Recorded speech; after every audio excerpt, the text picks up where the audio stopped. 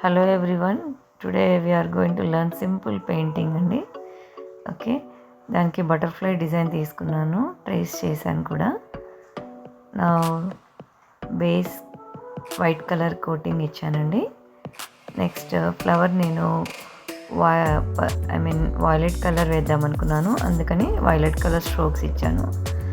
Strokes ఇచ్చేటప్పుడు first outline వేసుకొని just దాన్ని కొంచెం బెండ్ చేస్తే బ్రష్ని నీట్గా వస్తాయండి స్ట్రోక్స్.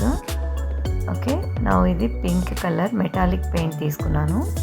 ఇంతకుముందు వైలెట్ కలర్ది జస్ట్ నార్మల్ పెయింటింగ్, బట్ ఇది మెటాలిక్, కొంచెం షైన్ అవుతుంటుంది. అందుకని దీంట్లో నేను వైట్ బేస్ ఎక్కువగా ఇవ్వలేదు, ఆల్రెడీ మనకి గ్లిటర్ షైనింగ్ ఉంటుంది అందులో. నా బటర్ఫ్లై పార్ట్కి వచ్చేసరికి అగైన్ వైట్ కోటింగ్ ఇచ్చానండి.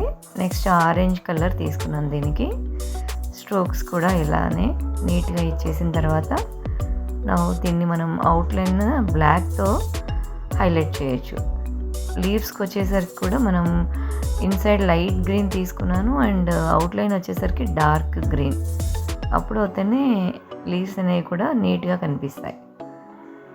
ఈ బటర్ఫ్లైలో అగైన్ బ్లాక్ కలర్ ఇన్సైడ్ కూడా ఇచ్చానండి, కొంచెం హైలైట్ అవ్వడానికి. ఓకే,